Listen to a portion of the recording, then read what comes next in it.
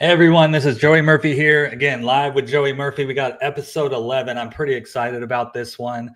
This will probably be one of the last ones for the year because Christmas light installations is just coming about. I was just talking to Peter about how school starts and how it just starts blowing up. And every year you kind of know it's coming, but it's here, right?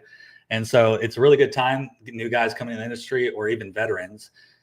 Peter's got a wonderful operation just from a distance. I've never been to his place, but he puts out so much content, so much videos that I believe it. Like I believe he's got a great operation. I love the type of business he's built. I feel like we have a lot of similarities. He's one of the ones that I feel like I'm more close to if you had to say my business, his business, and the type of structure and the way we think and the kind of clients we attract. So I'll let Peter talk about himself and everything. I'll play some music here real quick. We'll get it fired up. Again, episode 11, Peter Quinn.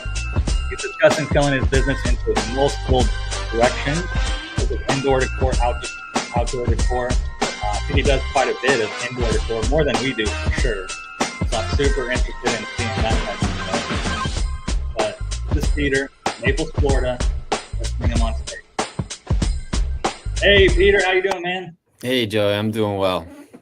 Good to see you today. Thanks for having me. Yeah, man, this is going to be exciting. I'm ready to dive into it.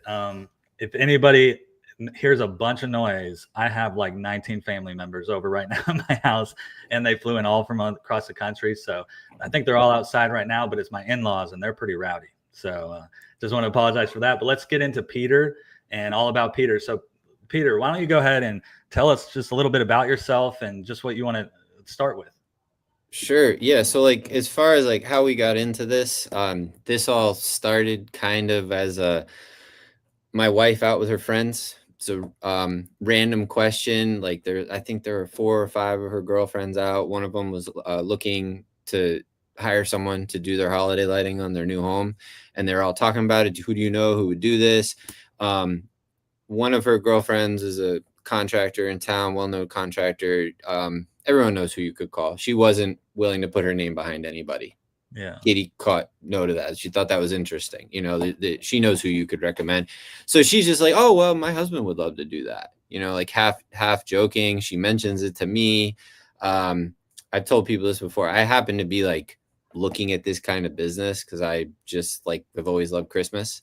And unbeknownst to me, she comes back. She mentions it to me. I'm like, wow, that sounds really like we should be looking at this. This sounds interesting.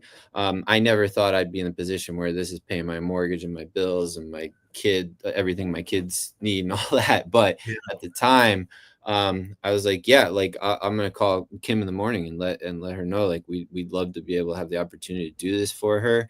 I thought it was crazy at the time. Someone paid me $2,000 to decorate their palm trees, and here we are all these years later. So this all came back. This was like, my wife's doing, Katie, my wife's my business partner. She's almost exclusively on the sales side. I spend most of my time on the operations side, among other things, and selling as well. So now here we are. What was that? That was, if you count it like by season, if that was the first season, this would be our 8th season now. So like I count like a little bit differently because that was like 1 year. It was like a case study. It wasn't really a company.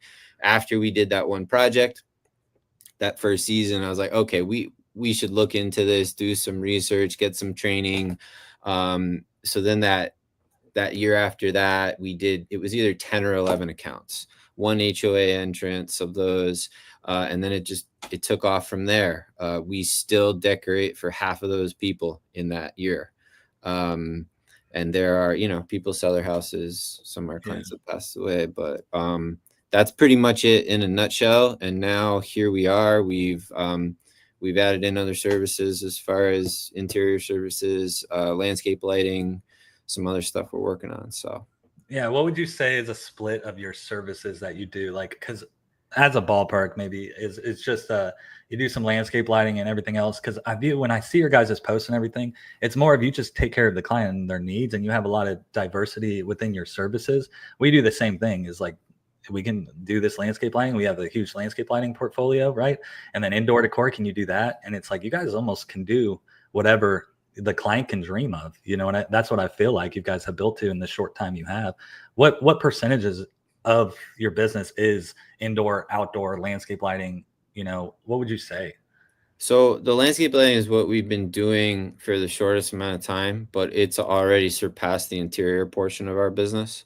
And part of the reason for that is, I like landscape lighting because I can do it all year round. Out of season, there's no urgency. I remember the first big project that we had that we did. It was in May, and we got rained out for a few days. I'm like, well, it's okay. Like when that happens in November, it's a problem, and we're dealing with it unless it's lightning. So like, I really like that side of it. So that's grown. But it's still a small percentage of what we've done. When you look at the Christmas, back to the Christmas piece, which is where it started, we are every year changing our breakdown of more and more HOA work, more and more commercial work. And that's kind of a natural progression. I thought we would get there a lot faster when we first started this company. I was convinced that like, okay, you build up your portfolio, then you'll have the opportunity to work with more management companies and you'll naturally grow into the bigger projects, which has happened. The unique challenge we have in our market is one in particular, legacy companies that are priced very aggressively. And that's all that they do. All they do is focus on HOA. Yeah. So I'm not, we're not trying to gain business by competing with them on price. We're competing with them on service level, responsiveness, fixing things faster than anybody in town does, and providing a higher level of service. I mean, it's very easy to say that. I think it can be more challenging to do it. Well, I actually, that's the first time somebody's kind of talked to me like that in the sense of like, I'm not going to compete on price point, right? And because there are those people that do that. And even when we come in, the way we view our installation side is actually we come in and we're looking to improve the budget and not, hey, you have this budget, here's our price point, keep price point down. We don't do that. As a matter of fact, we did one property, another installer does, and kind of the same thing is happening, but then the client is a little frustrated because the type of service they're getting isn't exactly what they're hoping for. And then I'm like, well, and then we end up doing a 30% increase and they book us, right? So it's like, what's weird with that is like, if you think about that, the company that has that current bid, you're actually missing revenue within your current clients because somebody else can come in and raise it 30% and then absorb that client. If I knew that about my clients and somebody did that, I'd be psychoanalyzing everything we did, and going more hyper-focused instead we do. Like, how did we lose that? And they are is there layer of a more premium service? And that's one thing is like Christmas light installers or lighting company or something like that. There's no real definitions of the layers because there is different variations and different layers of service you're going to get with it. But it's like, I wish there was like different terminology in the industry to say, I am more of like a designer, higher end company because of these certain reasons. It's like check boxes. And there's a right solution for everyone, and that it is not a one size fits all. Like there are many accounts in where we operate and where you operate that they're looking for that solution, which is the most price competitive. They don't care about the service as much, and they're going to be happy with that. And there's going to be a contractor that makes a lot of money off of working with them, and it's not going to be me, and I'm fine with that. Is really what it comes down to. I'm thinking about this project that we just did. What was it, last month? Almost 50 palm trees for a restaurant. It's an annual contract with maintenance, and I mean they hit it off with Katie. Most people absolutely love my wife. She's great at what she does. And he told us that we're bidding against 4 other companies. Okay. And one of them, it's basically 3 other companies, because that last one, he said that this is the contact saying to Katie, he told me that he would just, well, once you get all your other numbers, give them to me and we'll just come in and we'll beat them by 10%. And that was the guy's sales pitch. So the customer says to Katie, as soon as he said that, I knew that he was out of, we were no longer considering him. Yeah. So immediately, that's what he said, because he knows this is an experienced buyer. He wasn't that other company was not talking about why they were better. all they were talking about was the thing that made them better was the 10% price difference. So to this educated buyer, well, that implies a lot of things. And it implies a lot of things that he doesn't want to be, conclusions he doesn't want to be coming to. Because we're talking about options, design. We even came in and did a demo, which is something that we've never done before. But this was a good sized project that we were going to get to install in the middle of the summer. So I wanted it more than most projects. I mean, you talk about the reason why I like landscape lighting now so much more is because of availability in our schedule. So things that I can open up, I want to do, like as much as I love the interior business is very tricky because it's even more restrictive.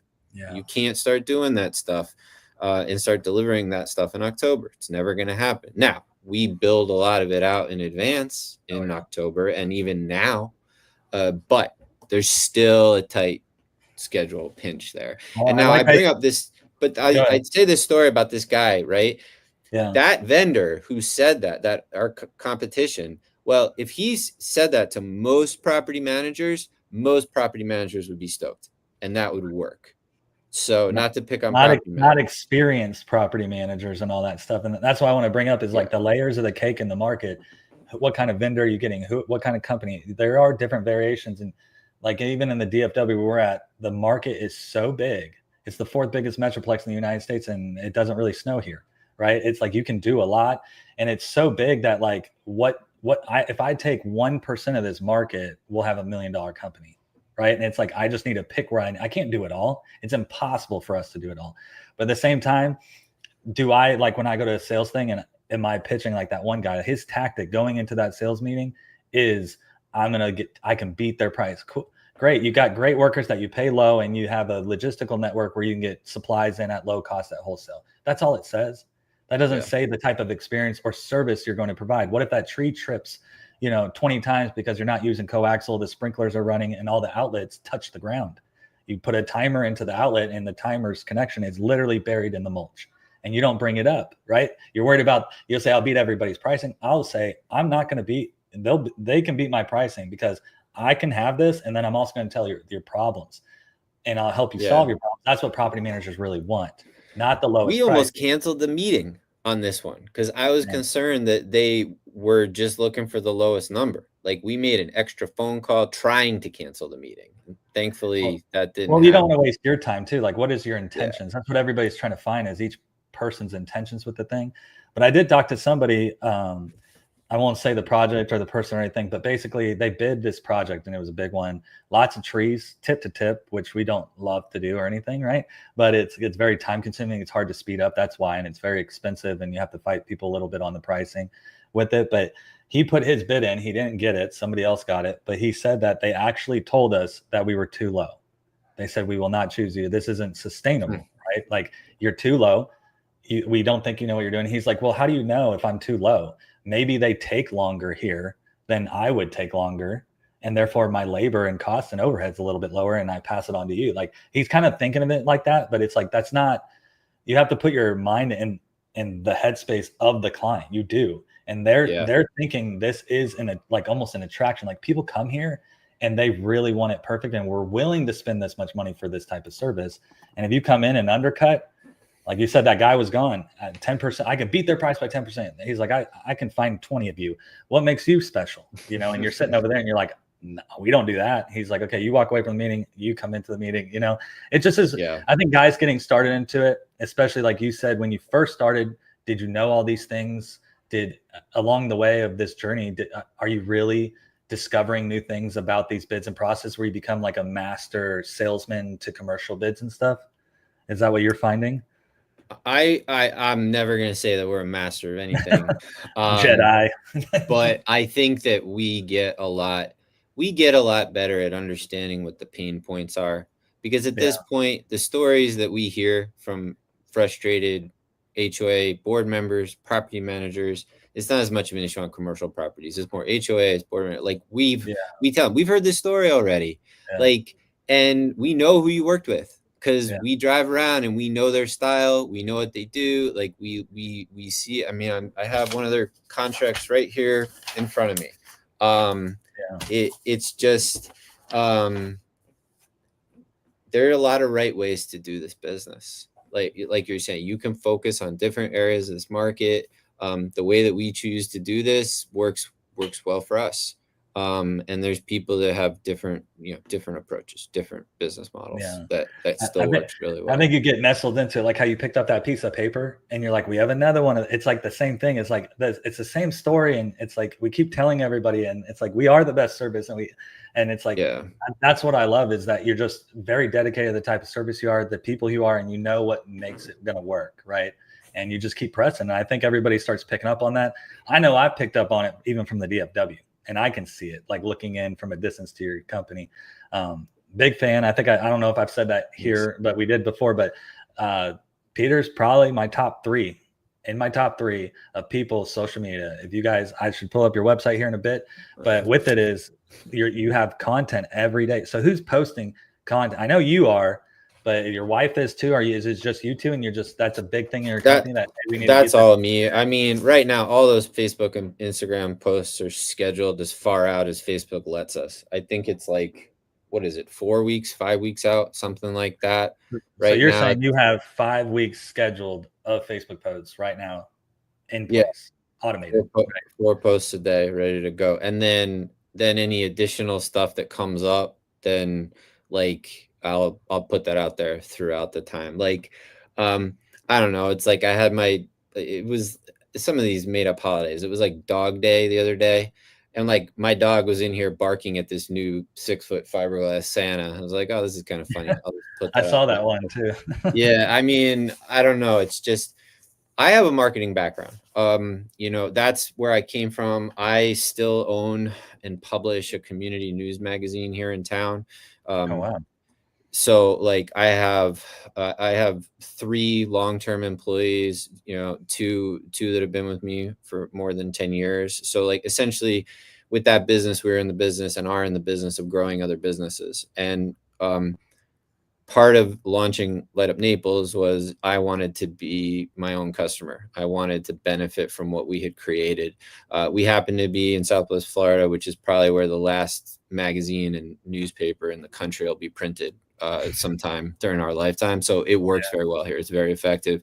I have friends in other markets that do semi well with community type publications, but Southwest Florida is a very unique area. Florida is seasonal. Southwest Florida is seasonal to the next level. I mean, the homes that we work on that are in the community right across the street from our shop, you got 10% occupancy maybe on the streets. Like it's what it is. Now there's certain other areas we work in, it is more full-time, but even like a lot of the families that moved to our area in the COVID like migration, a lot of those people leave for the summer now too. Like, so even like you've created like a seasonal full-time person in families that are here as well. So yeah, we're super seasonal. It changes quickly for sure. Well, you said you had a marketing. Did you go to school or anything, like a college for marketing? Or I went to business school, which you could argue is almost like marketing school, but I mean, it's business school. I went to the University of Denver.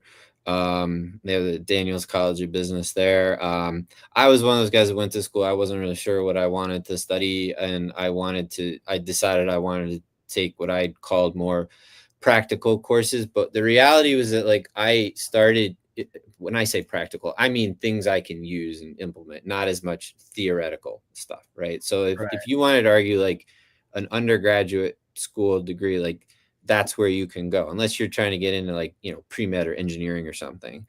But I liked the business school because the vast majority of the professors in there were retired, successful business people, that had done real stuff. And that perspective is unique. And to me, I can learn a lot more from people like that. So yeah, that feels like a whole long time ago. But yeah, that was my background. But I still use some of that stuff, Well, that's what I was going to ask is did you ever, by having that, because I was a firefighter paramedic, I grew up in Colorado Springs, even our business number is still 719, which is the area code for Colorado Springs, like Denver's 303, right? And it's like, I still know. But with that is the fire service really let me become the best business with Christmas lighting. Like when we do anchoring, rope rescue, and all that type of stuff, like I did all that stuff in it, and it all translates. How I learned tools and all of it, mechanics, how hard to work and everything, resiliency, and you can push your mind and your body even further. Like all those tools I still use to this day, and I know it's attributed to that.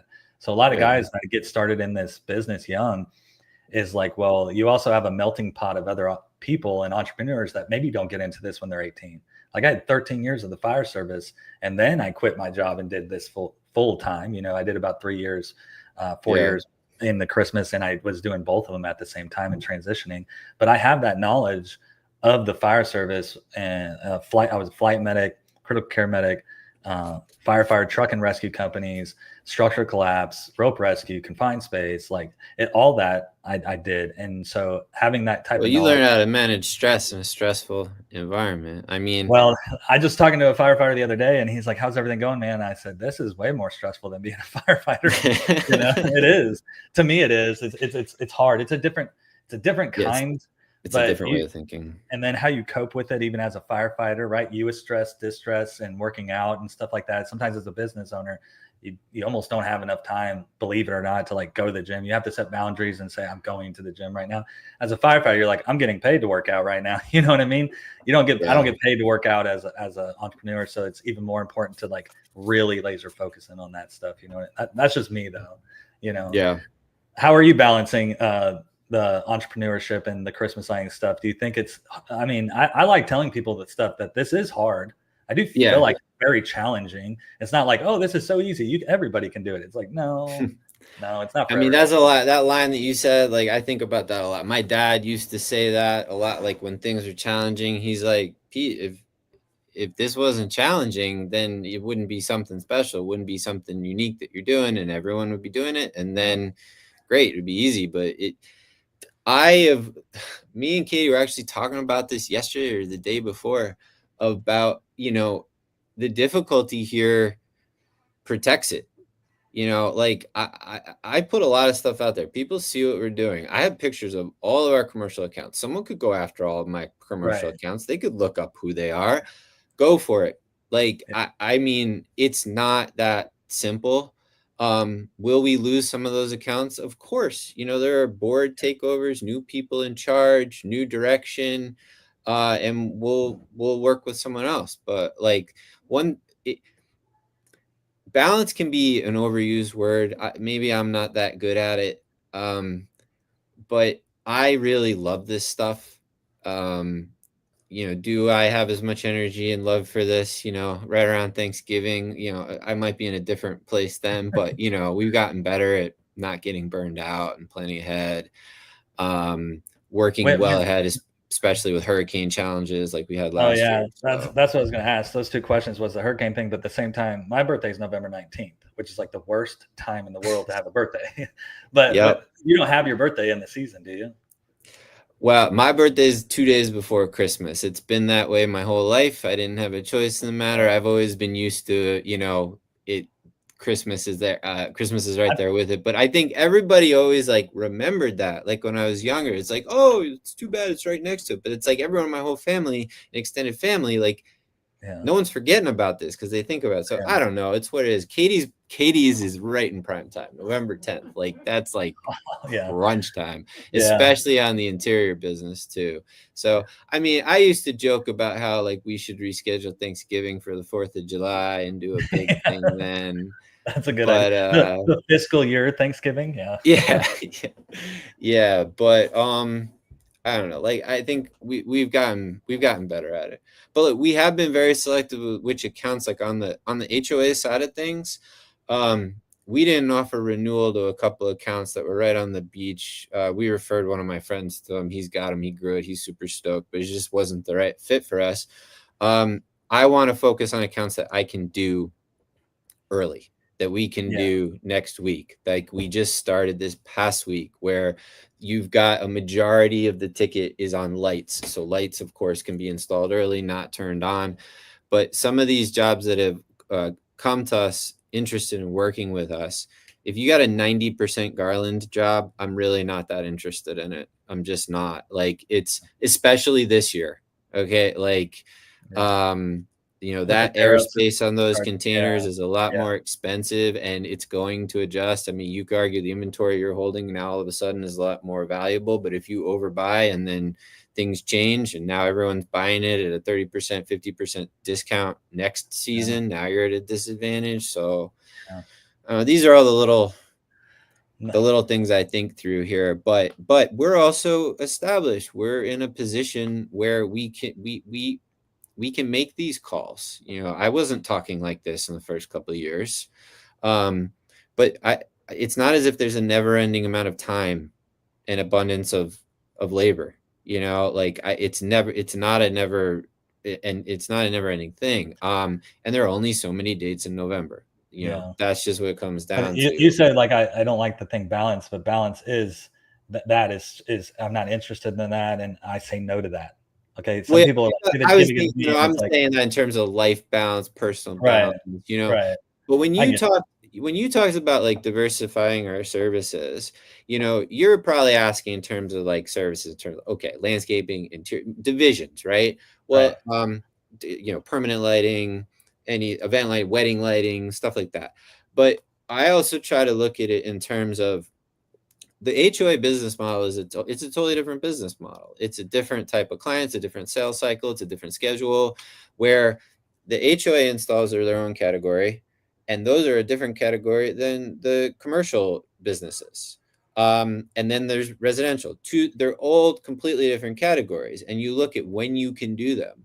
I didn't used to like HOA as much as I do now. Why? Because I can do it in September. And that's our industry standard in our area. It just took me some time to figure this out.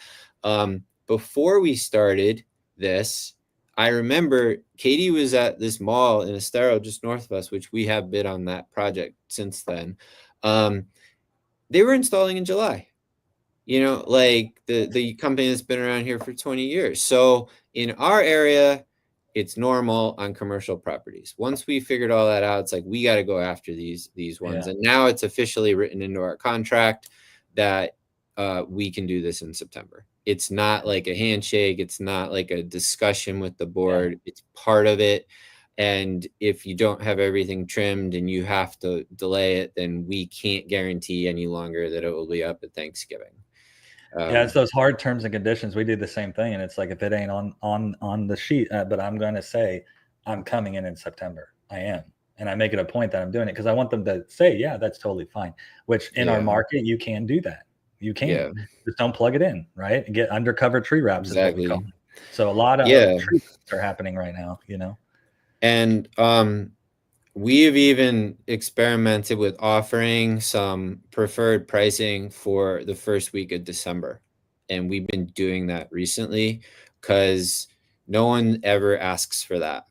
So we want to fill that in, and we want to extend that season because what started happening in the last month, I think there were 2 people that, like, they're not even here. We're bidding more stuff without meeting people, which I don't really like. I want to have the face-to-face interaction, but if that's the opportunity, that's the opportunity. And these people are only going to be here for like 10 days, or they're coming in 6 days before Christmas.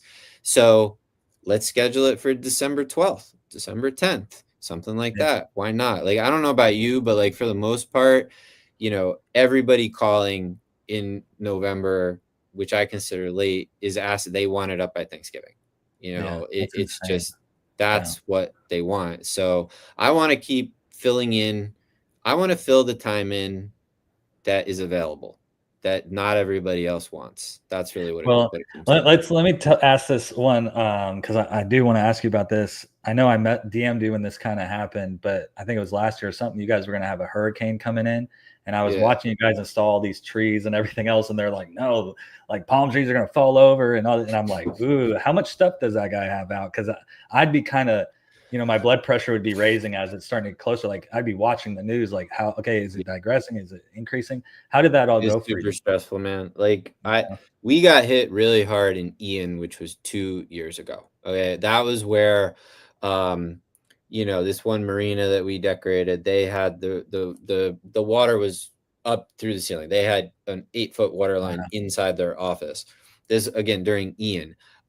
We hadn't started installing yet in Ian. We were supposed to start Monday. Ian hit on Tuesday, so we didn't have stuff out. Again, I'm bringing back the clock to 2 years ago, and that was a very, very bad storm, unprecedented storm surge, 12 to 15 feet on the beach. It was bad last year too with Milton, but of course, north of us got it worse. Yeah. Having said that, if there is no actual storm damage with a hurricane in our season, well, that's peak selling season. So even if there's no actual physical damage, before you even get into physical damage, no one's calling to talk about happy, joyful, wonderful stuff, Christmas, when their neighbors are suffering. Of course, you're focused on. I mean, we've had the exception where the storms come in and someone submits their deposit because they want to cheer up their wife. Like that has happened. We've had that conversation, but that's the exception. So we have that issue. But as far as what we had, getting to your question, this past year, we had 3 weeks of installs behind us. We do not do the installs in the palm fronds early in September, because I'm talking like in the actual fronds, not the trunk. We zip tie them into the fronds. Well, we can attach it great to the frond, but we can't keep the frond attached to the tree. So like in my community where I live, which we don't do the entrance for, I don't want to do the entrance where I live. I pull out like right once the wind had died enough, and we had like 2 fronds hanging. The only thing holding them was because the company that does it had already installed. The only thing holding the fronds up are the lights, right? Yeah. So that looks really bad. Now they did a great job. That company, they got out there and they had it fixed the next day. But in years past, when stuff like that has happened, they typically have taken a little bit longer. So that's the one type of decorating that we do want to stay away from. None of the roofline stuff gets messed up. Everything was fine there. We have more problems with squirrels running on them and birds landing on it than wind issues. We have transitioned over to all coax and in many cases low voltage minis. The Edison sets that I had out that were installed, they all went into the dumpster. I noticed a significantly higher failure rate throughout the season on any sets that were installed pre-hurricane. And part of the reason for that was that this was a very dry storm. Okay, so we usually have a lot more freshwater rain in the storm, and we didn't have that. So what had happened was, that salt blast in the air, it's incredibly corrosive, like so much so it's like if you're doing an install on the beach, the lights that you install on the beach side of the hotel are going to corrode and fail faster than the ones that are over by the valet parking on the other side of the beach. Yeah. So, where am I going with this? Those lights needed to be taken down. Without the freshwater rinse, we were every morning driving in to the shop in the dark. It looked like lightning. In the weeks after the storm, it was not lightning, it was transformers exploding. So the power, I'm talking like FPL, like real transformers. So we had countless clients and friends who they didn't even lose power in the storm, and now it's all intermittent, and now you're dealing with all these surges, but it looked like a lightning show in my 15-minute drive into the shop in the morning. So FPL hired a contractor. And you'd see them around town because they were being escorted with a cop to block off traffic, where they were pressure washing the transformers. Like, so like, and replacing a lot of them. So again, I see, okay, you got transformers exploding, some cheap little Christmas lights. Like, obviously we're going to have some issues. So, in some of those sets, I might have put one more season on them. They were getting, some of those that I'm talking about were close. Some of them weren't close. And I'm just like, it is not worth the hassle of dealing with replacing these throughout the season, and mainly more for this year. But we lost 5 days of installing that had already been baked, pre-scheduled. I had written the schedule to have Sundays off. and we just filled all the Sundays in. Like, I'm really not good at taking breaks. So that was our solution. This year, I have built in a little bit more flexibility. We got started earlier by now 3 weeks since the August start.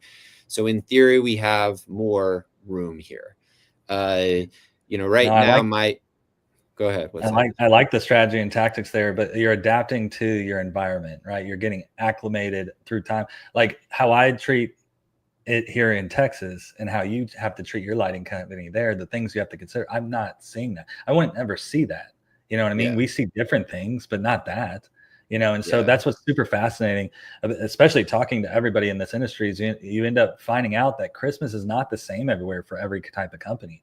You could be good in your area, but doesn't mean you will be good in Naples, Florida, right? And that's why you said you post your projects, you're very proud of them, and this is the service we provide, and these are the relationships we're making. But at the same time, are you at the level where you're acclimated enough in your area with the industry to provide the best service? And you can hear when you talk that you understand the area, you understand down to the level of the problems you're about to face, so that there is less hardships in the future. And I feel like that's what a lot of this business is preparing for a storm, whether it's even physical or whether it's in your mind or if it's in your business or something. There's so many things to tackle. And that's why you can talk hours and hours and hours. You end up becoming an expert in your area, because it's like, well, what topic do you want to talk about? We can talk about transformers blowing up and all this stuff and hurricanes and stuff like that. And how are you going to react to it? That's the biggest thing is when adversity hits you, how are you going to deal with it?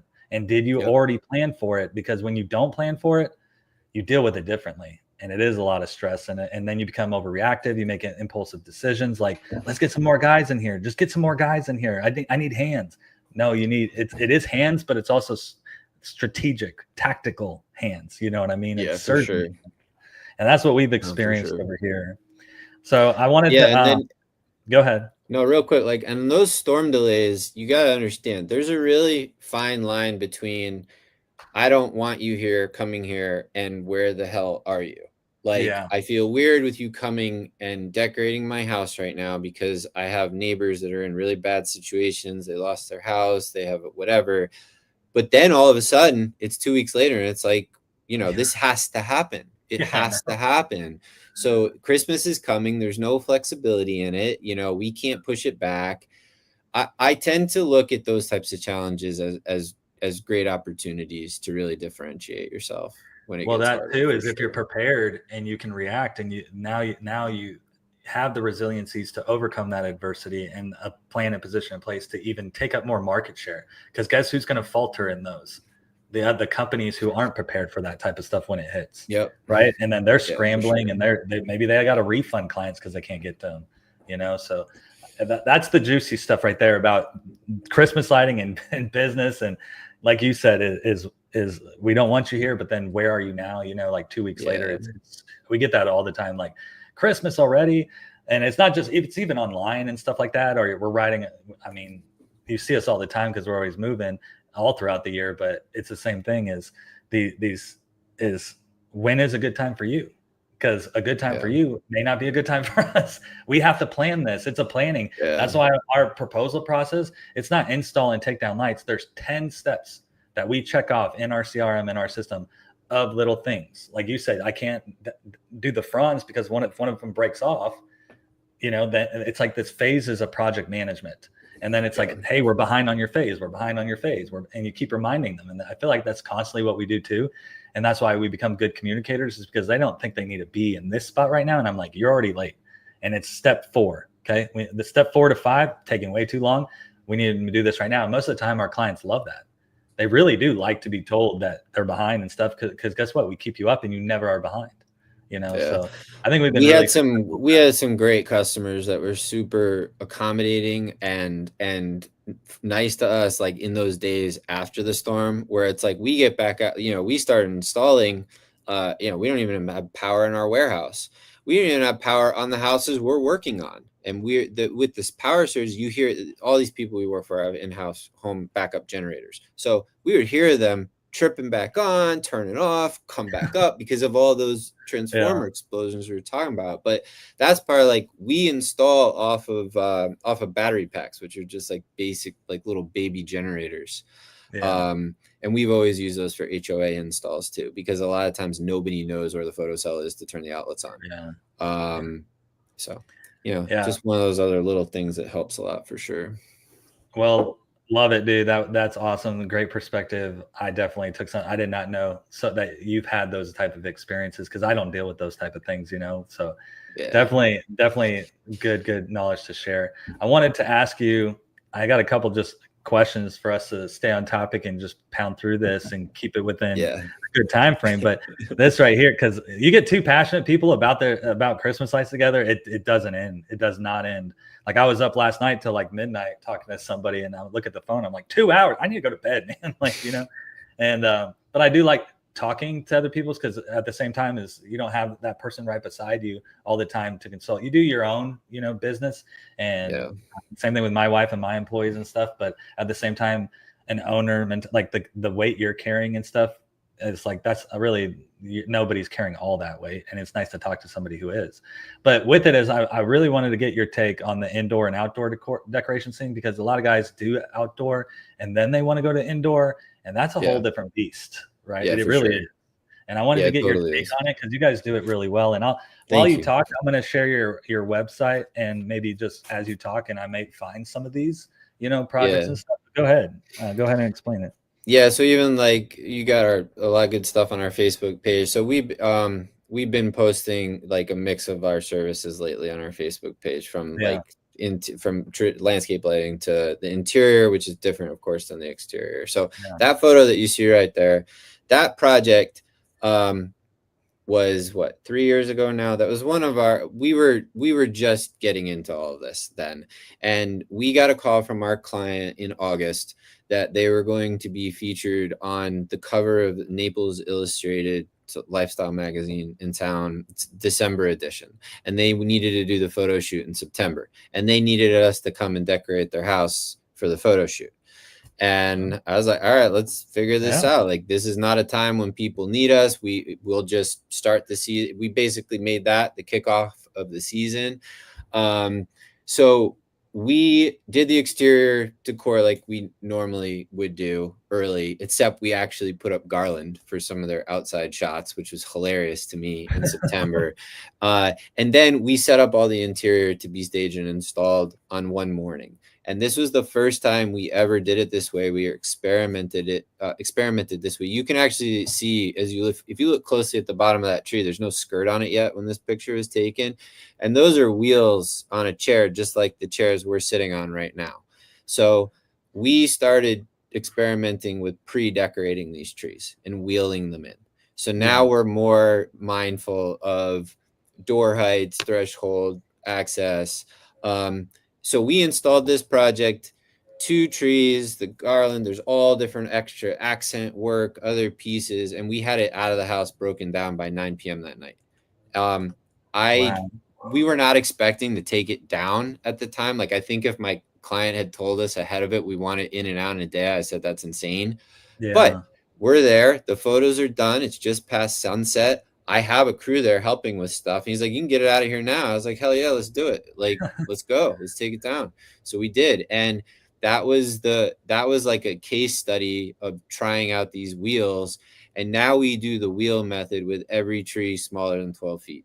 So how do you transport them then? Because even when I got into it, it was like, use a box truck, but then like, how do you secure it so when driving down the road? You got to be real careful. So if you have too much weight on it, you'll break the pipe. If you need to loosen up the screws so it has a little bit of flex, but not too much flex, because if it has too much flex, then it'll bend the pipe. But if it's too tight, it's going to crack the pipe.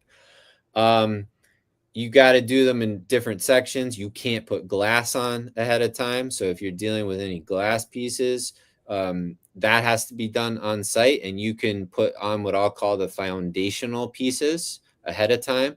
But there are tremendous advantages to decorating it off site. You don't have someone looking over your shoulder. If you have more time to improve a design, you could get 4 seasons of experience just by building them in July at your shop. Do it, take it down, do it again, take it down, make it 5% better each time.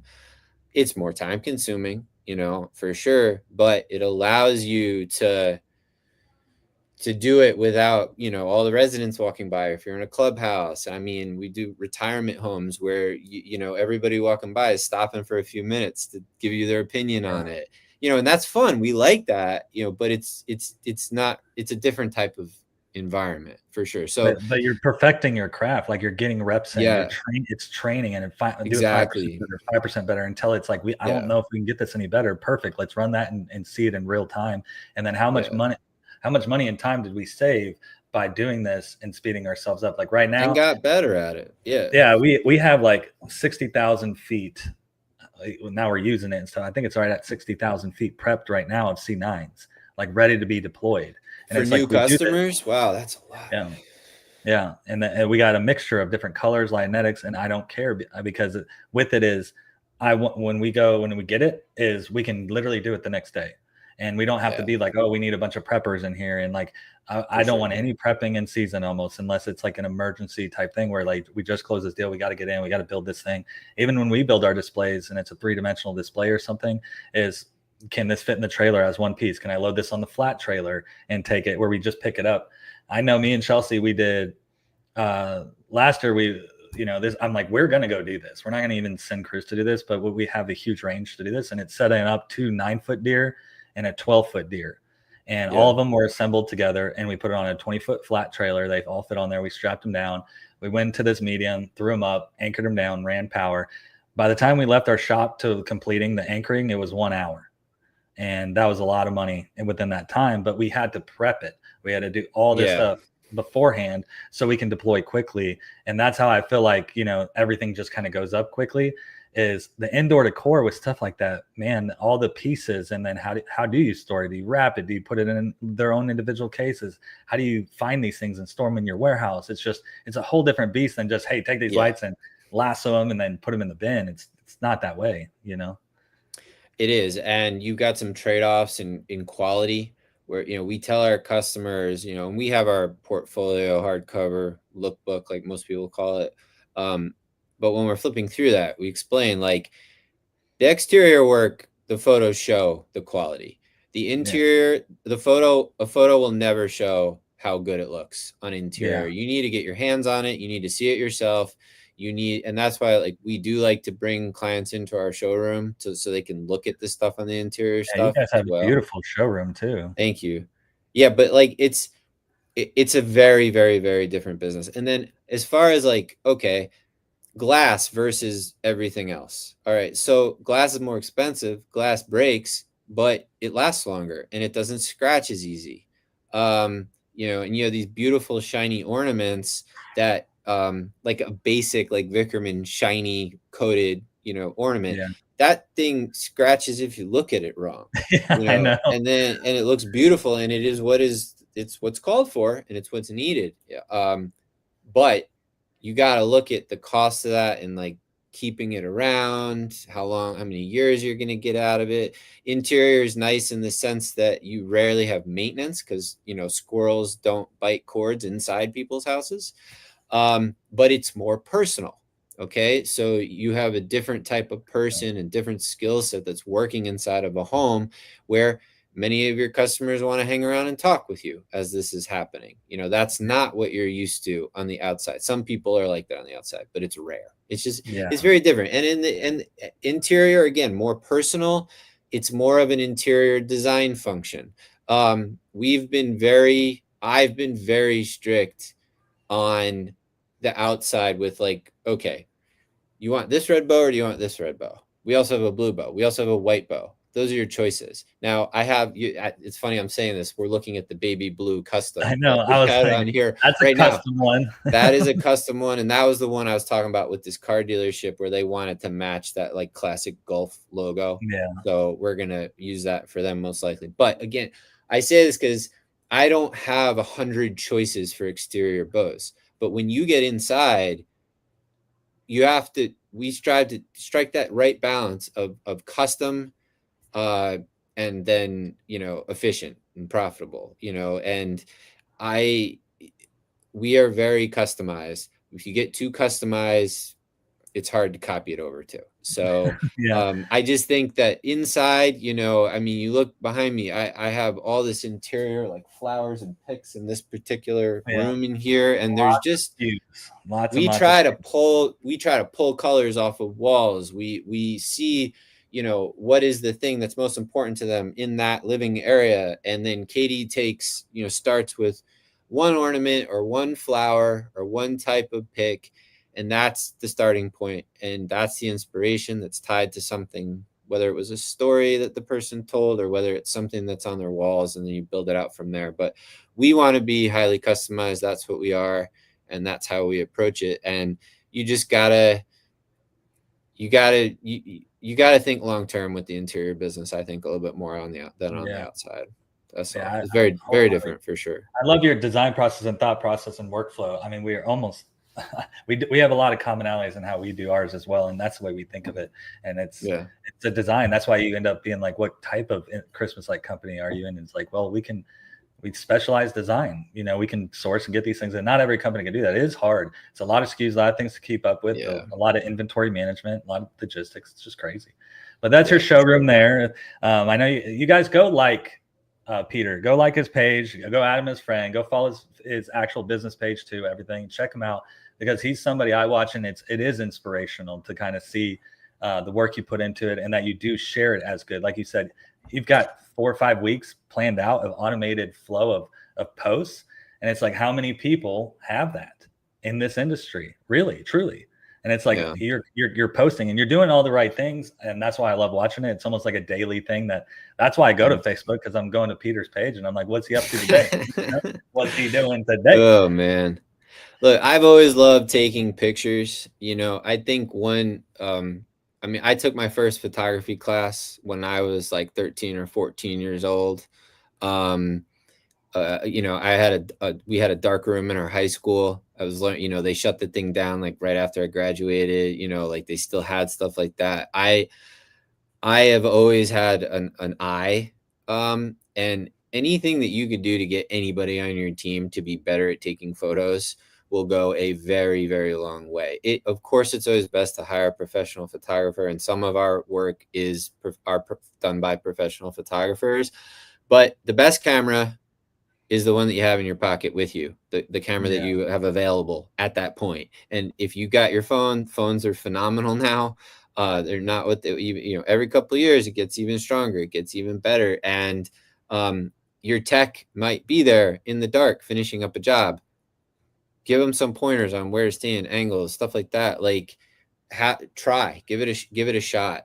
Because man, I wish I had photos of every project we've ever done. You know, you see we have a lot of pictures, but we still aspire to get photos of everything. And it is so critically important. I mean, you probably see someone every other day in all these different Facebook groups asking for photos to start their business off. I know. Yeah. Just remember it's sometimes it's hard to think about that in the pace of the season of how important that is, but that's what sets you up for the next season and everything else going forward. I mean, every single thing that you see on our social media is our own work. None of that is borrowed from anyone else. I've given some of my photos to a couple friends in the country, but I told them, you can only use this if you put your watermark on it. Like, I'm not having this out there, and you need to protect it too, like it's your own, for sure. And it's a lot of volume. Nobody has the portfolio in our market that we do. Now, there are companies that do very high quality work. I don't think they're as good at showing people that they do high quality work as they are at the work itself. You know, those are two different things. It's like a disconnect of, you're not really cataloging all your projects correctly and everything. And that's been a downside for us too, because I'm like, why don't we have pictures of that? That's why we changed our proposal process, our workflow, you know, mandatory that photos get taken at every job site, not only for marketing, but other reasons. We're doing something new this year too, for crews and stuff that just hate taking photos and stuff. How do I make this easy for them and everything? But each crew will get one set of meta glasses. So they're going to have meta glasses, and they can record and they can upload it to our CRM, but at the same time take pictures. Now your phone's going to be higher resolution than those meta glasses. They'll get better and better over time. But when there's no excuse to not take pictures, because a lot of times it's like, well, guys will be like, well, I'm busy. I'm using both of my hands. It's like, I totally get it, because I'm the same way. Man. I'm like, what are you going to do? Those glasses are sweet. Yeah. And so I've you can used do a them couple little different things with them and everything. But if you can take photos and do site maintenances and stuff, and you get that good photo, or you get a good angle, you're like, man, when I get down, I'm going to take this. That's what we're incentivizing, to have just amazing content. But can you imagine each crew had as a set of glasses and they're wrapping trees? And I'm like, at each job site, I want 2 recordings, bare minimum. Yeah. And you wear them in it. And it's like, they're I think it's going to increase our content and more posts and stuff like that, So that's what we're doing. If anybody does do that, I know Ron Roby, he commented on here. He's doing that as well. And I think AI could get to the point where your crews are wearing meta glasses and you can see them on a dashboard in real time, like running and installing and stuff. Like, technology could get there, Oh, yeah. You're just real time.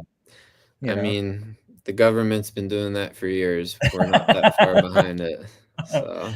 Well, let's talk about RGB stuff. I've done a lot, and looks like here's some like X-Lite stuff and props and pixels and nodes, and but with it is what all products have you installed? I know I saw you do transparent wire twinkly, because we know twinkly. We do a lot of twinkly, and been doing it since 2019. I think was the first year, maybe 2018, but 2019, and they were only like 1-year-old company at that time. It was like but I bought some twinkly lights to play with in 2020. It could have been 19, but they were in their second or first year, whatever it was. And at the time, like, I presented it to some customers, but I was very not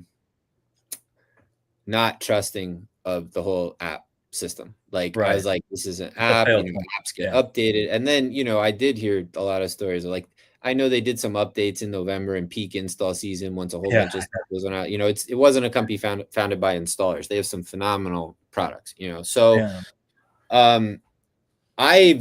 what you saw on that twinkly install that we did recently, that was actually where I used those same lights for that restaurant that I told you about as part of our demo. So we set that up as that was the McLaren. Then we came in with the KOS S4 lights. That was the G-Wagon. And then we came in with the standard warm white coax. And that was your, like, classic Mercedes, whatever it is. I just, like, some of our customers understand this car analogy stuff, right? No one needs a McLaren, but they want it. It's high performing. It's over the top. It's unnecessary. That's twinkly, right? A lot of our customers, they don't need that. They understand it. So that was why we presented it that way. I think twinkly is, like, super cool, but it's just not something that we push hard, because I've been, again, nervous about the apps. What we've been doing a hell of a lot of are the 5mm sets. We got into it. Let me see. Where did I write down these years? So 2021 was when S4 said they were going to come out with the KOS. All right. It got delayed 3 years. They kept delaying it because of these chip shortages. And then they got chips. They told me that it didn't meet their quality standard and they kept delaying it. So as much as that frustrated me, I loved hearing that, because I knew the moment that they released it, it was going to be sweet. And testing, that's what it is. Yeah, because they're not going to put it out unless it's good. Now, the other company that I bought them from, the guys in Omaha, right? So they came out with their color changing set, super popular. When I first saw this product, I was like, okay, this is going to help me. I'm talking on the 5mm minis with the 3 diode, no warm white diode in it yet.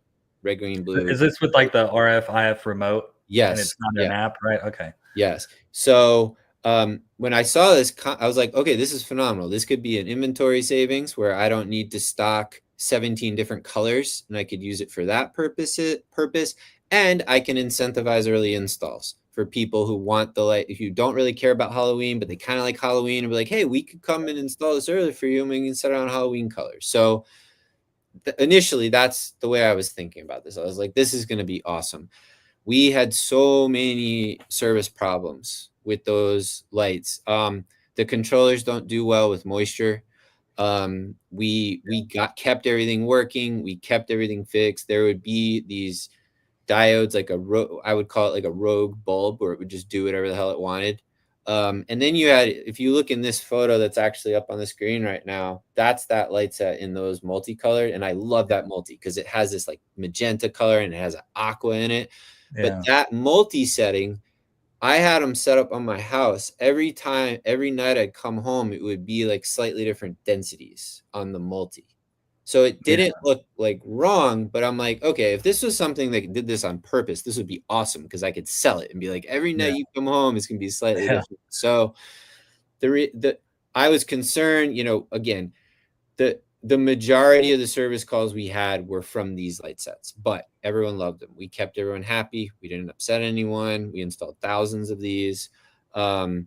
So we used those for 3 years, and then last year was the first year we had the newer version of the KOS, which I guess they're calling like the 138, and it's fantastic. Like, it's not an RF control; it's hardwire controller that retains the settings. I wasn't going around dealing with weird, changing the setting.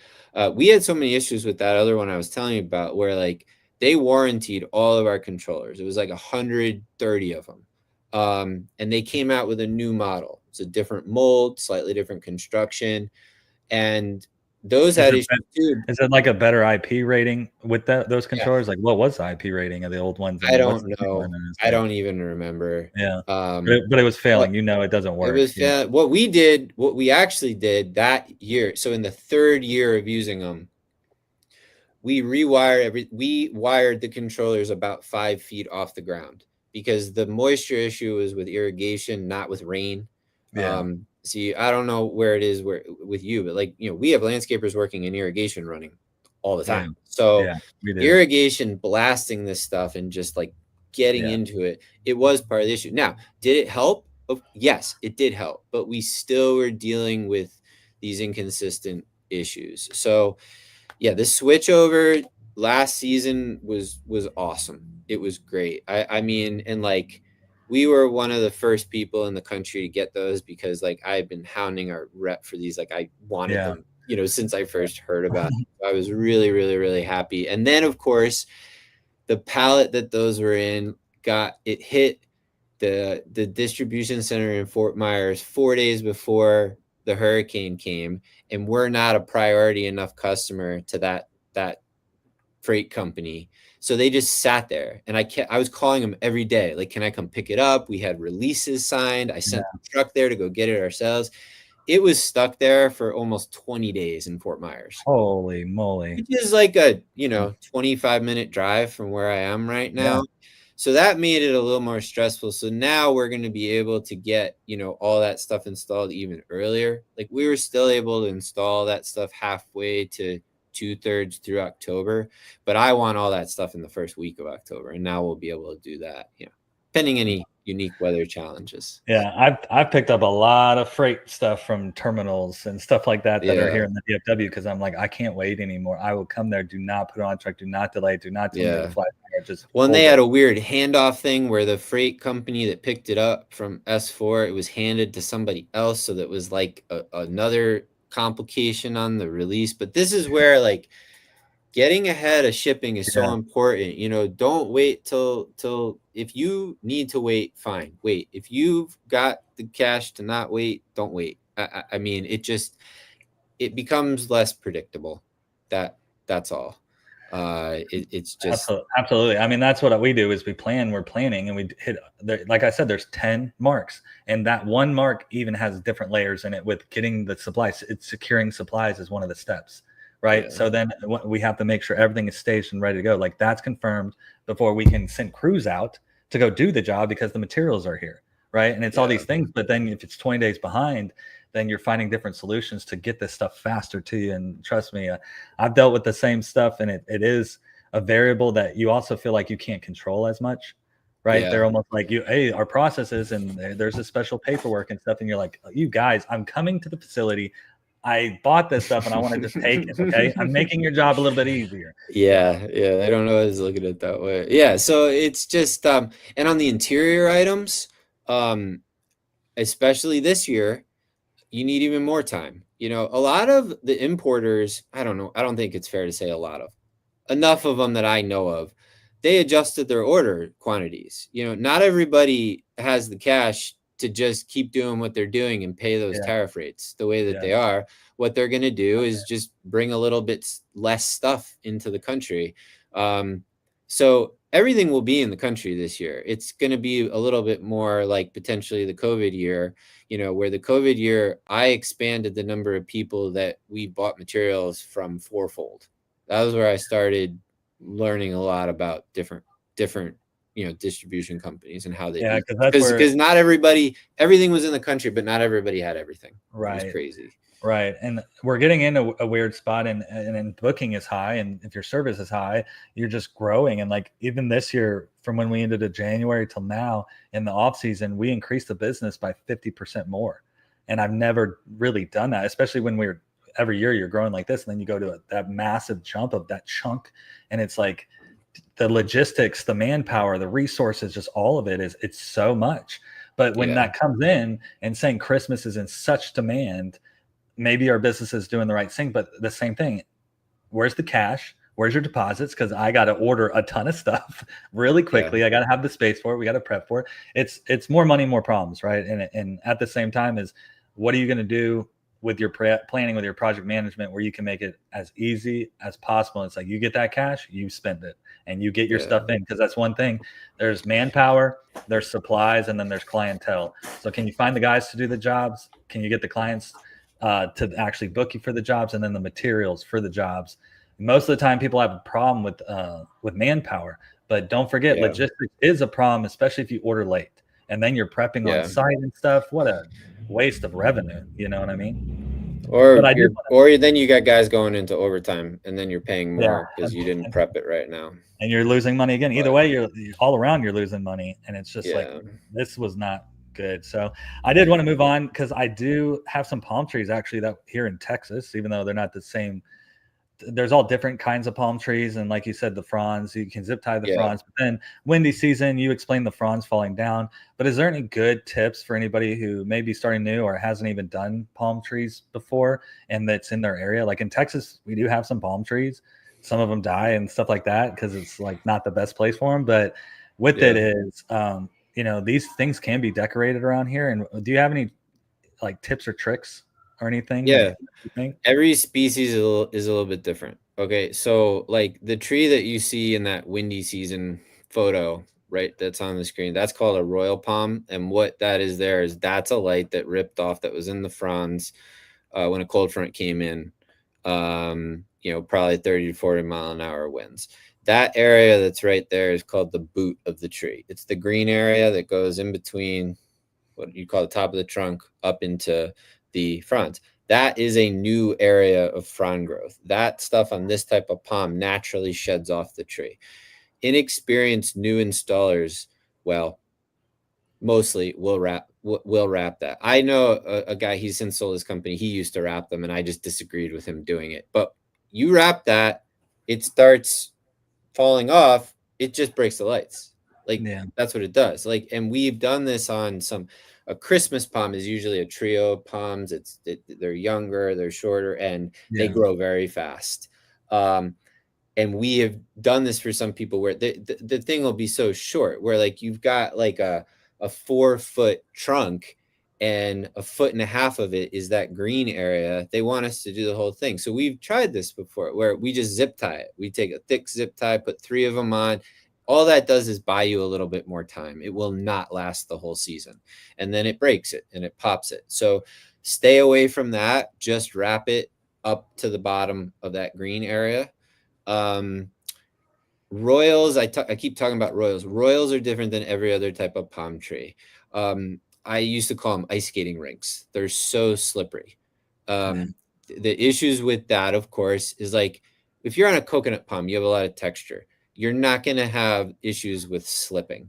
Like sable, date palm, there's texture. It gets caught in the grooves. It's not going to go anywhere. But on a royal, you wrap it too tight, and these trees expand, swell, temperature change. You wrap it too tight, expands, it's going to pop the lights. You wrap it too loose, it's going to slip and it's going to look terrible. It's very, very tricky. That's where this product that came in, this Treesy wrap. So I met Pat, the owner of that, the founder of that, at Transworld in 2020. And he was brand new. He was selling them all himself. I think I'm not sure if I know some of it they took overseas, but they made some in the country for a while. But this plastic clip is fantastic that he makes. And we pretty much only use it on Royals. I'm thinking of this one tree right now. Before we got that product, there's this one house where we had to rewrap this tree 3 times in one season. And the issue is, like, you ever see a palm tree that looks like an hourglass, like it comes in and then it goes out and it's like this? Well, it's because it had inconsistent watering, most likely at the farm before it got moved to that community and planted. So now you have an issue where it tapers down, right? So it naturally wants to slide down that. So it's going to slip. So the Treesy wrap is just perfect for holding it in place on those. Like most every other type of palm tree has enough texture so that you don't have an issue.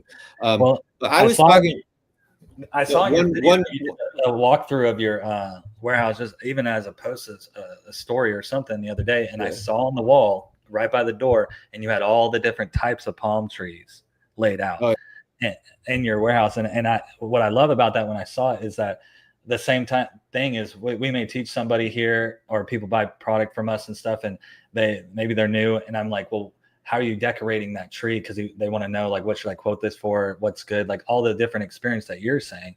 And I told them, I says, well, you got to understand the trees in your area. Like we have live oaks around here.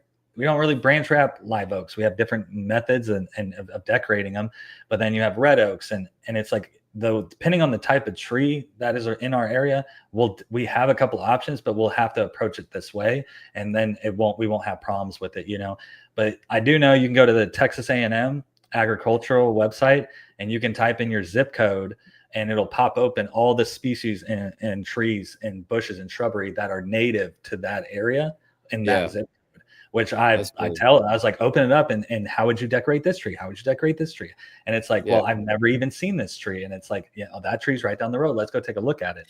And so you want to be able to speak with your customers about this. If you can understand the names of these plants and trees, like that's a very helpful thing. It's a good thing to be informed with all that, for sure. You were going to say something before I cut you off. I just wanted to say the species things and the trees, and like you're talking about, if it's a coconut tree, this is like, you've looked into that and understand this is how we have to decorate. This is the problems we've faced. And it's nice to know approaching that before and hearing it, educating yourself so you don't make the same issue. You know what I mean? I got, and I can go for a little bit longer. I'm good unless I know you got family in town, but I got like two tips on palm trees. Like, they're pricing related, but it's more like install wise. So when we look at trees, like a customer is more in tune with how high the thing is, because that's what they're intimidated by. It's like, oh my God, I can't imagine going up all that way in the air and doing this. But I'm more in tune with how big it is in terms of how wide it is. And I use this term, is it huggable? Okay. So can I go up to this tree and can I get my arms around it? One person, one average worker. Because if you can, that's a one guy job. But we have some of these massive royals that 2 guys, one standing on each side, can't even touch each other's fingertips when they're standing on each side of it. So you're talking so much more material, and you're talking about a situation where 2 guys now have to work together to pass back and forth. And that's the smarter way to do it. It's way more efficient than having one guy if they can't get all the way around it. So that's what increased product cost. That's what increased the labor time to the next level. Because like, we have a lift, like we have great ladder guys that would rather be on ladders than lifts too. Like the height is not hard when you have one guy by himself. And then the other thing, getting back to more royals, I have canceled royal wrap jobs in cold fronts and postponed them. Now you laugh like, we're in Florida. What's cold? Well, it's like I'm freezing with a hoodie on and a puffy jacket and like 58 degrees. Yeah. But you go out there, what happens when it's colder? The light lines are different, right? When Yeah. the sun is on them, they're more stretchy. So again, the Royal is that ice skating rink. It needs to be wrapped tighter. Even when you're using a Treasy wrap, you want that to be tight. So if we went out there in 55 degrees, which is freezing for me, 60 degrees, freezing for me, and then the next day it's back up to 95, the sun's blasting on it, those lights are going to sag. They're not going to look as good. Yeah. Now, that's just the level of detail that we've decided to take it to. Is that necessary? No, that's not necessary.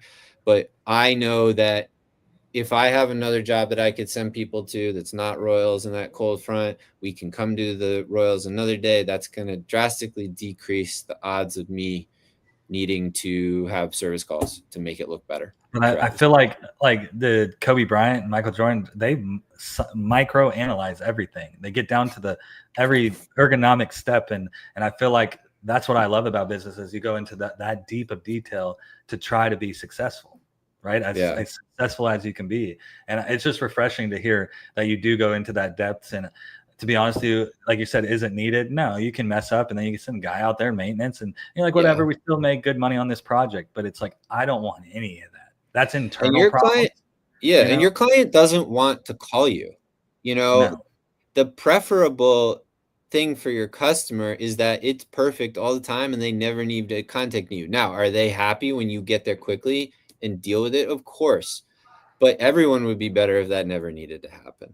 That's why on our proposal processes is we do weekly site inspections, property inspections on our commercial properties every week. And without them telling us or not, we'll be out within 48 hours, except acts of God and stuff like that. But we'll be out 48 hours to fix any problem. But we may have been out there 2 days ago and did a site, and then maybe a squirrel chewed through a line or something. And it's like, it happens. But if you're going to get with us, we want to make it that experience where even if there is problems, you're almost not even aware that there's a problem there. We just take care of you. And that was very challenging. That is a hard thing to do because you can commit more man hours somewhere else and make more money.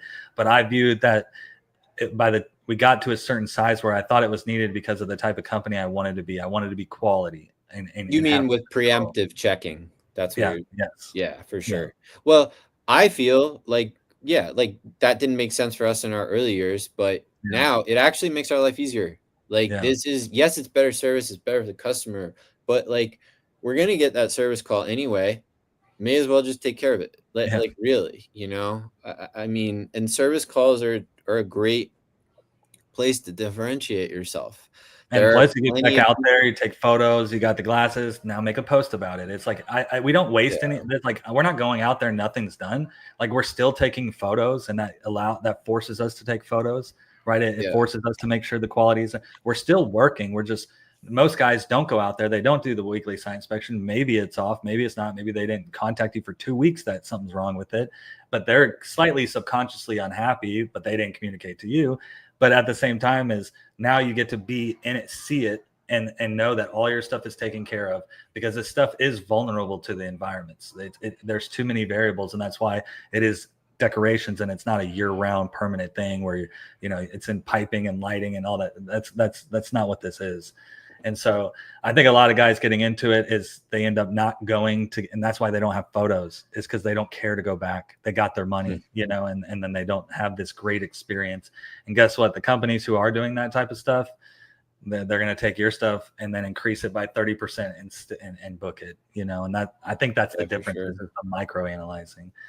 But dude, this is amazing feedback and knowledge from what you do. I haven't even had this amount of conversation with you ever. We usually just mess each other and just shoot each other some DMs here and there. But you can tell you try to perfect your craft. You try to be successful and you try to make things easy for your crews too. Try to create great culture. I love all your posts and everything. I would like to do one of the last. This is second to last thing, but I really ask people what their favorite quote is, or I like philosophy and stuff like that. Maybe you read a book and there was a line in it or something. But do you have something that was very like, wow, that kind of blew me back a little bit and kind of changed your perspective on something? You know, I saw your question there that you were gonna ask me about a favorite quote, and like I don't really have a favorite quote. You don't Like, have and this one? was me looking at it. But here's the I mean, I have like I still use now I have all kinds of CRMs, digital, everything, right? I still use my like old school Franklin Covey planner where I write out my task list every morning at 5 a.m. about what I'm gonna do because I like to write things down, cross them out. And every one of these days, every single day, there is a motivational quote. And I'm still don't have a good one for you that's written here. But Well, I but guess I even could you give you said, this piece. I could give you this thing, right? okay. What I think it's become more and more clear to me with every given season what the key to success in this business is. And it is pretty simple, and it's I think the key to success in any business, and I never used to really look at it this way. It really just comes back to your people, and it comes back to return employees specifically in a seasonal business. If you are starting from scratch every year, then you're starting from scratch every year. If you can't have return employees, you need to figure out a way to get return employees. If you're constantly retraining, constantly reteaching, it's very challenging to be able to grow. And what allows us to be as aggressive as we are with selling new business is the confidence in our team that we know that we can do it because we know who we have. So like, and that was where the growth into landscape lighting was so critical, because that's what allowed me to keep a few more people busy all year round. And now for the second season ever, the majority of our install team is not a first year employee. And that was last year was the first time I ever had that. It changes everything. It just Yeah. changes it. You have your existing team training instead of me training them. You know, I'm still out there training and talking through things, but everyone can help more. And, you know, how do you become good at something? Me, I become good at things by explaining them and teaching them.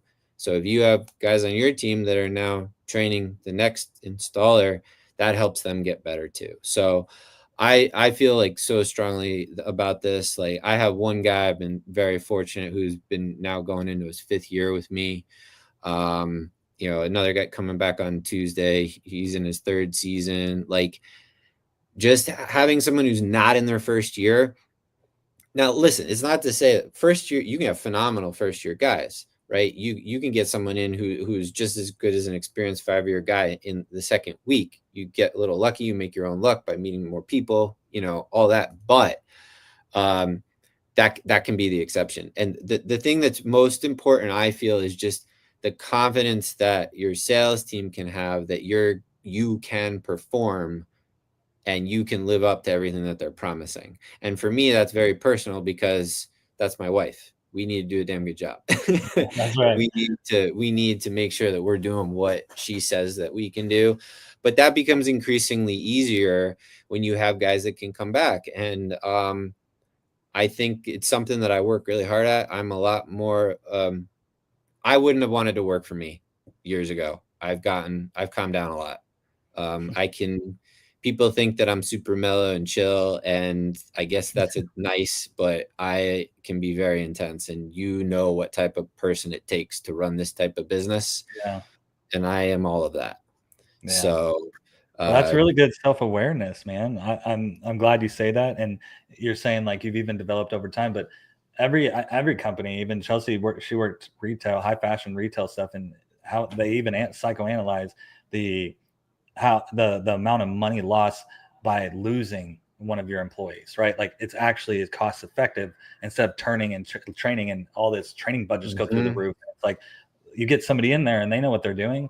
Like if I show up to a Christmas light install, man, I could be zip, zip, zip, zip, zip, zip all over the place. But then everybody else is just like, oh, you need cutters, you need this, and they're inexperienced. And then you're not developing. Do you have that leadership? So it speaks to the level that you have been an architect, build the business to be able to retain those employees. And when you retain them and you've got guys that are 3-5 years coming back and they're solid dudes, then you feel even more confident going after the market and then tackling these jobs. It's a Yeah. wonderful thing. A wonderful And thing. furthermore, it makes it even easier to recruit because I'll tell you, like my guy Darius, who's going in his 5th year with me, well, he can tell the new guys how great I am and how great we are. I don't need to tell them. Like, I'm going to tell them anyway, but Yeah. he has a different type of credibility because he's not Right. the owner. Yeah. And even if he doesn't say a word to anyone, they see, oh wow, he keeps coming back. Oh, these other guys, they keep coming Must back. be doing something right here, They must be doing something right here. These guys, if you have a whole all brand new team, then it's all on me. It would be all on me to talk about how awesome we are. But when you like with my magazine, I have multiple 10-year employees. Like, I don't think I do a good job thinking about that, but like much in terms of how that's a reflection on us and how we run things. Those people wouldn't keep staying here if we did not do everything we need Well, to do. that's a big question everybody should ask is they always say like how many crews do you have, all this stuff, and it's more I want to know how long they've been there, right? Yeah. And everybody comes and goes for different reasons, but when people are like, oh, we have 3 crews that are above 5 years, like whoa, like you're That's doing next level something stuff right there. right. Yeah. You're next level, and Yeah. nobody's asking those right questions to understand is of retain those employees in a seasonal job. This is a seasonal position, right? And then you try to turn it into a full-time role. Like we have full-time people, and it's like the best of the season will end up going to full-time, and then it's a validation waypoint. That's what I call them, is validation waypoints. If I say my company's great, I always say it's great, right? Because I always think it's great. Whether it is or isn't, that's hard to judge and believe. But if you say I'm great, it's a whole different thing. You don't have to. It's right. You don't have a bias in it, and so For sure. I think having employees that are retained, they're saying, "I love working here." That's not the owner saying that. That's not any. It's they're creating a culture. Yeah. They're only going to keep coming back because this is the right place for them, and their presence is. They're voting on that with being here for sure. So I love it. That's a great quote. The only thing I would say is I like your huggable quote. Is like it's huggable. I'm definitely we're just a bunch of tree huggers over here. Yeah, light up Naples like to hug trees and get around the street. But it's a very good common thing to say, and people understand it immediately. Yeah. But dude, I love this. Go ahead. No, it's just like one other thing I wanted to touch on before we wrap up here. Like, I haven't been talking much about sales and stuff, but I would say like my goal, one of my biggest focus here over the past several months, and it will continue to be, is to make sure that like Katie can focus on our customers, meaning that I'm trying to take off as much other things off her plate that she does not need to be doing. And you need to look at like, we're partners in this business, but she can sell things like I cannot. Like, I know how to sell, but she's different. So what does that mean is like, I want to make sure that we're doing everything we can to support her so that she can do more of what she's great at. So we're going in right now, our second year with her assistant, which is huge. So like now she's in her second year, Katie's assistant, she's working directly with me more as well. And Katie's learned more how to work with an assistant. That is making her even more effective, so I do like levels, and when you level up, like in a video game and you're an avatar or something, and you're like, you're level 1, and you're like, and you're like, that's essentially what it is that you've worked with an assistant, you've retained that assistant, and now you can go doing the greatest things that you can do. Like you guys are doing and leveling up each year and just growing. And that's what you say from year to year, like what's different, that right there, that's an amazing thing, but you have to build it. Like you have to start building it immediate. Yeah. And it's always easier to do it the way you used to do it. It's always easier, but that's not really what I'm trying to do here. At the same time, I'm not one of those dudes that's trying to delegate every single thing that I do. Like there's a time and place for that, but there's also a time and place for me to show up to a property where I have 8 guys going, where I can knock 2 hours off of that day by me showing up for an hour. And that's not that there. That a lot of that gets back to order of operations in priorities, in doing the hardest stuff first, and seeing where the hole is of where the lift's going to get held up, or where I need to have multiple guys on one particular, like the order in which you tackle things is important. But even seeing where the sun is and knowing that, okay, we've got to hit all this stuff, and like, let's save the shade for 2 hours. We know that that's going to be in the shade, and we're not thinking about that right now, but I know that everybody's going to be feeling that later. All that little stuff comes in. I'm telling you, that right there, that is like 90% of my job, to make sure that Yeah. any speed up, any hiccup, anything I'm considering to make everybody successful as much as possible. Oh, you guys forgot this, and there's nobody, and you're that far away. Well, you're going to go over here, you're going to have lunch here, and I'm gonna drop it to you. And I do, and that's what I do. And it's because the amount of money lost in the company or the delay, I may send a runner or somebody else to do it, but I may have a meeting there. And I just constantly put myself in position to where, like you said, if I was there for like an hour, I could speed this whole thing up by 10 hours or something, because it's the tactics, the flow. Give me 30 guys. I can manage a lot of people on a site very easily. Yeah. I did that with the fire service and tactics and stuff like that. But at the same time, I'm very self-aware. I know if that guy doesn't have cutters in his pocket right now, like I know every little thing, for sure. like how many power supplies, it's just. There is someone in one of these Facebook groups recently that made some, I don't even know who, I don't remember who it was. It said something like, what he does the night before is he envisions like how the install is going to go. Like he, in his imagination, I don't know whether he closes his eyes, but he's like, this is happening here. This person is going to go there. And it's like, I never thought of it that way, but that is what I do. Like, that's how my mind works. I think through the, like, it's not, here's everything this is, here's this work order, go do it. It's, this is what needs to happen first immediately, and this is why. So much so that, like, we start installing, we use battery packs when we install so that I can have guys start wrapping trees immediately hot, and then someone's working behind them running the power. I don't have to set up temporary power. I don't have to have them, I don't have to have someone run power first and then wait to start wrapping trees. We're getting on it immediately. So there's countless little things that add up to a big thing. But I feel like that's what makes company success. That's what I truly do, is like, it's all the chaos, it is controlled, the chaos, but it's seamless. It's just running it. It is. Yeah. And it seems seamless from the outside, but on the inside, you're like, man, how was your week? Ask a company of a Christmas light company that does pretty decent, and is like, hey, what's going on? You're like, don't even have time to talk about this. Move on. You can't even absorb your feelings almost, you just run it. And you have that mindset of it's a marathon race, Well, do you have any last words besides that that you wanted to say before we hop off here? Geez, man. This has been fun. This has been good. It's good talking with you. Like I said to you before we hopped on this call, like, I like talking through these things. I feel that, explaining things and teaching things, you better understand them. Right. So it's like, I talk to guys in our industry throughout the country every week. There are people that are years ahead of me, and I talk to people in their first, second, third year.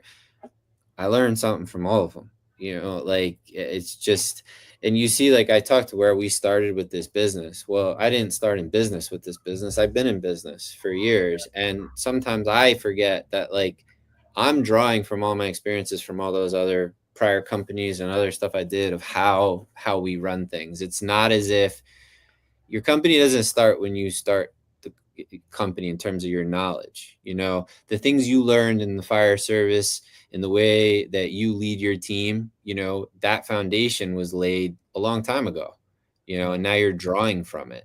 So that's where, we look really good, because we put a very strong effort in our brand to put it out there, but that's been developed from our marketing background in all these years. So, it's just draw from your strengths. It's relationship. People see, like, how quickly we've grown here, but it's like, we're rooted in this community. We know a lot of people. I've met a lot of people from my magazine. I used to go to 2 ribbon cuttings a week in my first couple of years starting that business. Get out and meet people. I don't know. There's a lot of right ways. There's a lot of right ways to do this. But that's the thing is ask people what are the things that work for them. What's the right ways that has worked for you? Have some humility. A lot of guys may get some egos along the way. It's like, we're always learning. Everybody's always learning from year to year, and it's nice to learn from other people, But what if people want to get in contact with you? Let us know. Like, I showed your Facebook page. I don't think you have an Instagram, do you, or anything like that? So we don't. We started cross posting our stuff through Instagram, like, within the past 6 to 8 weeks. It's not something that we've developed very much. Meanwhile, like with the limited presence that we had on there, like we have had customers say that they saw us through there. I didn't start a page until like we did a house for we worked for Rod Wave, the musician, and like he posted a story of like we did like a 20-foot tower tree right inside his house. It was awesome. So it's like one of my guys saw it there, and I was like, geez, like this was when I was like, okay, we need to have this, like, because we could have potentially been tied to that, but we weren't. But it's all good. Like, but I didn't even know who he was when we started working with him. Like, this is how disconnected we had one customer. My guys were stoked. So good. Yeah, I found out last year we had a customer we've been doing for 5 years, and that's their alias name. I didn't even know their real name. And then we've been doing it so long, they ended up kind of opening up to us a little bit. Interesting. Like, what the? I didn't charge enough for this one, you know.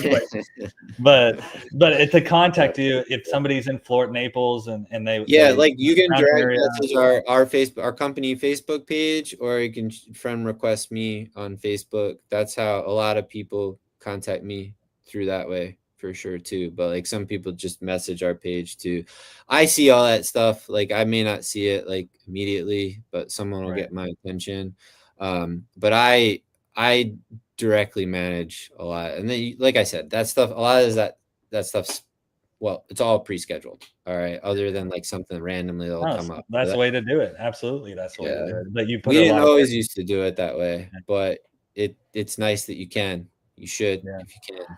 So, that's right. Reach out to me on Facebook if I can help. I like talking through this stuff, that's for sure. There you go. I mean, I use Messenger, and that's how we communicate. So he is responsible. This whole thing we set up that way for sure. Yeah, exactly. So, well, it was great meeting you, not meeting you, but getting to know you a little bit better. And I knew that we had a lot of commonalities, and this just confirms a little bit. I do know, like, you're busy right now installing. We're installing too. It's gearing up, and I definitely would love to like recap with you after the season. I know, and any lessons learned there and stuff like that. Yeah, so maybe something in the future we could set up. There'll be a new efficiency. Yeah, looks like you guys are crushing it, and it's inspiring. What I'm saying is, don't stop doing it, because it's pumping me up. And I hope that we can create content to pump you up.